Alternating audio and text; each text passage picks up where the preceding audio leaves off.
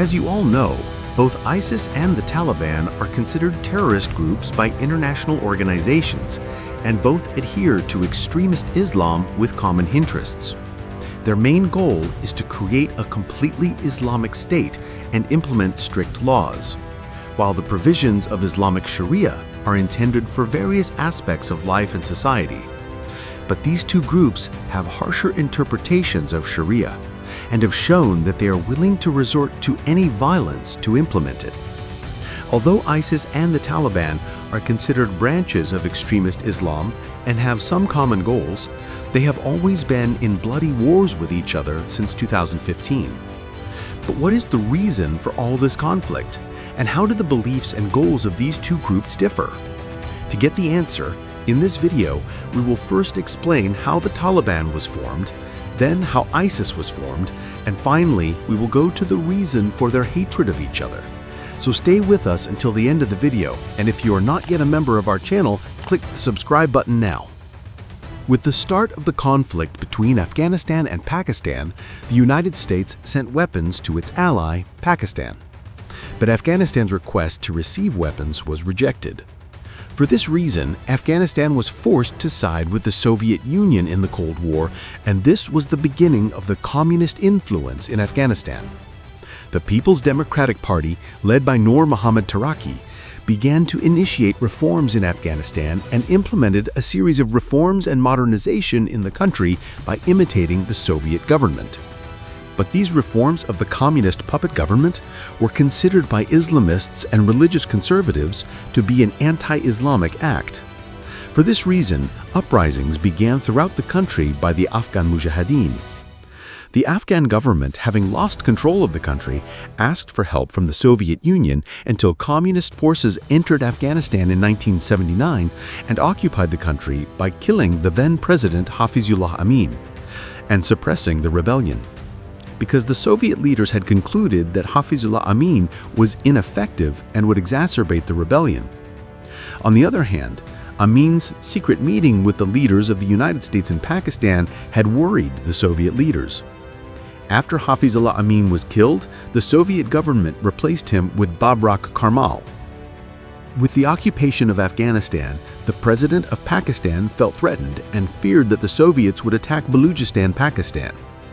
For this purpose, he entered into negotiations with the Black Organization and Saudi Arabia to stop the Soviet advance by supporting the Afghan Mujahideen. Given that the Soviet Union and the United States were at the height of the Cold War, the United States saw the opportunity to secretly support the Mujahideen fighters and cut the Soviets off from Afghanistan with the weapons and equipment it provided. So America and Saudi Arabia provided the Afghan Mujahideen with funds and military equipment through the Pakistani Military Intelligence Service. The Mujahideen, who were devout Muslims and opposed some of the social and communist reforms of the government at the time, saw the opportunity as a good opportunity and were strengthened by receiving military facilities and carried out more extensive rebellions and operations. Although America did not agree with his Mujahideen ideology, it nevertheless took action. At the beginning of their formation, the Mujahideen began to operate as fragmented and separate groups and did not have sufficient experience. However, since the early 1980s, the Pakistani Military Intelligence Service began to provide shelter to these guerrilla rebels and train them, and about 90,000 combat-ready fighters fought against the occupying Soviet Union. However, despite all this, the Communist Army, due to its great power, suppressed most of the rebellions and took control of large cities. The Mujahideen also dispersed to the surrounding cities and, thanks to their familiarity with the surrounding geographical environment, continued their anti-communist activities. In order to weaken the Mujahideen and reduce their support from civilians, the Soviet forces bombed rural areas, which caused the displacement and migration of about 3 million Afghans to neighboring countries, especially to Pakistan. At that time, the Afghan people were largely optimistic about the Mujahideen and thought that their arrival would improve their conditions. Of course, they were not to blame. To better understand the Afghan people, put yourself in the shoes of an ordinary Afghan citizen in this strange situation. You have been at war and chaos for as long as you can remember, and then a foreign power occupied the country. most likely you will be inclined to see the Mujahideen rebellion as a struggle for the liberation of the country and an end to long-standing conflicts, especially when you realize that the Soviet forces bombed your country and villages and you were forced to leave your homes and travel across the border. Those who had been displaced during the war between the Mujahideen and the Soviets traveled to Pakistan and began training under Mullah Muhammad Omar, who would later become the leader of the Taliban. Since most of the group's members were students, the group was named Taliban, or the Learned in Pashto. One of the most practical weapons that the young Mujahideen were trained to use was the shoulder-fired weapons supplied by the United States. With the help of these weapons, the Mujahideen caused considerable problems for the Soviet Air Force, until gradually the presence in Afghanistan caused great costs and problems for the Soviets, and finally, in 1989, they were forced to completely withdraw from the country. Even despite their withdrawal, the Soviets continued to support the puppet government, but this support disappeared by 1991 with the collapse of the Soviet Union, and a year later, the Mujahideen achieved their goal and overthrew the government. The people of Afghanistan thought that with the withdrawal of the foreigners and the overthrow of the puppet government, their problems would be solved and these wars would end. But this was just the beginning, because this time the Mujahideen, in the absence of a common enemy, began to fight each other, and a new era of civil wars began. Meanwhile, Mullah Omar claimed that he intended to seize power by eliminating the civil wars and restore peace and security to the country. So he began to seize the cities of Afghanistan with his trained students. Their advances were successful until in 1996, the Taliban took control of the entire country and Mullah Omar became the new leader of Afghanistan. The beginning of the Taliban rule was a disaster in every sense of the word, as any opposition was suppressed, severe restrictions were imposed on women, and UN food aid was not accepted for starving citizens. The country fell into complete suffocation for 5 years until after the September 11th attacks on the World Trade Towers by al-Qaeda forces led by bin Laden. The United States invaded Afghanistan in September 2001 in retaliation. At that time, bin Laden was hiding in Afghanistan and Mullah Omar was fully supporting him. Even UN requests for the extradition of bin Laden were rejected by the Taliban government, which is what forced the US to invade Afghanistan and lead to the fall of the Taliban government. The US occupation of Afghanistan began another long period of conflict. It seemed that the Afghan people were not going to see a happy day. But finally, after about 20 years of occupation of Afghanistan and huge expenses, the US decided to leave the country in 2022.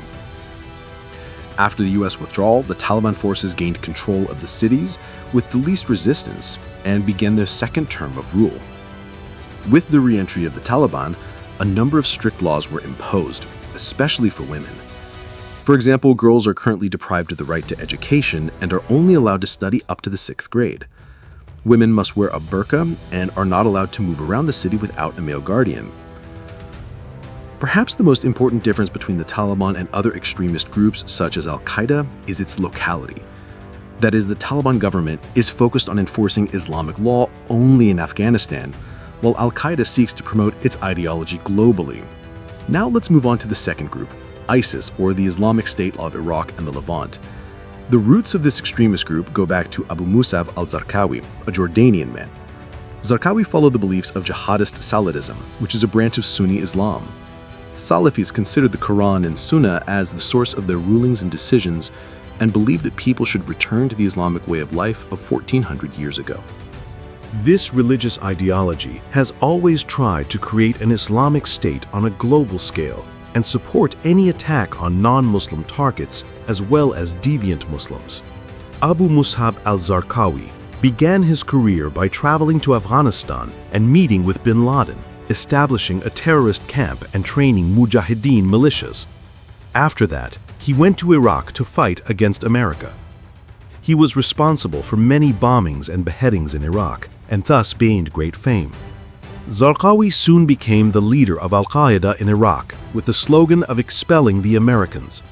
As his group gained power, a number of disgruntled Taliban commanders came to Iraq from Afghanistan and gave this extremist group more power.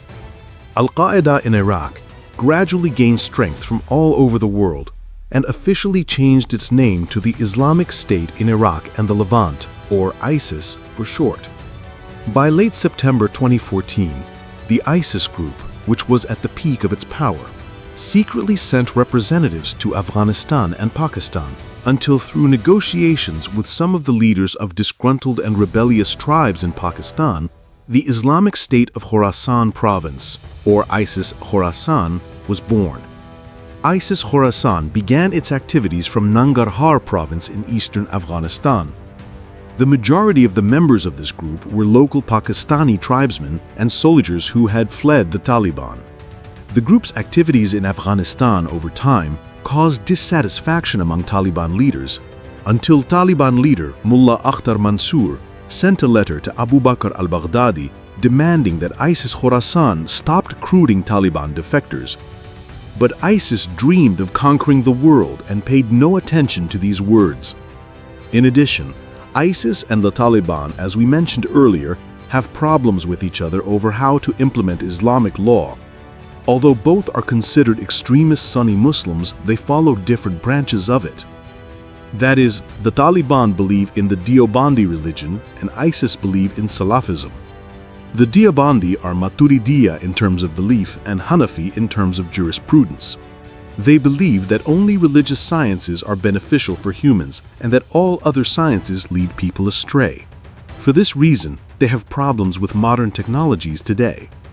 The main tensions between these extremist groups reached their peak in 2015 with the killing of a senior Taliban commander by ISIS-K, and more clashes later broke out. For example, in 2017, ISIS-K arrested 3 drug dealers who were selling opium to finance the Taliban in Jawzjan province. Or that in the same year, during clashes between these two groups near the Iranian border, 22 militants were killed. ISIS Khorasan was gaining strength in Afghanistan over time, when in 2019, American forces, along with the Afghan army, carried out devastating attacks against them, greatly weakening their power. But despite these defeats, ISIS Khorasan has not been eradicated to this day and continues its activities in some eastern regions of Afghanistan. With the U.S. withdrawal from Afghanistan and the chaos in Kabul, where we witnessed people fleeing to the airports, the scene of the escape and release of about 5,000 prisoners from the Kabul prison, which was in possession of American forces until recently, was a worrying issue. Apparently, a large number of ISIS and Al-Qaeda fighters were among the prisoners who were easily released. Now that the Taliban has taken control of Afghanistan, it is possible that this country will become a safe haven for terrorists in the near future. But given the deep hatred between the two groups, it is very unlikely that they will make peace with each other anytime soon. If you've been with us this far, please like the video and share your thoughts about these two groups in the comments section. Thank you.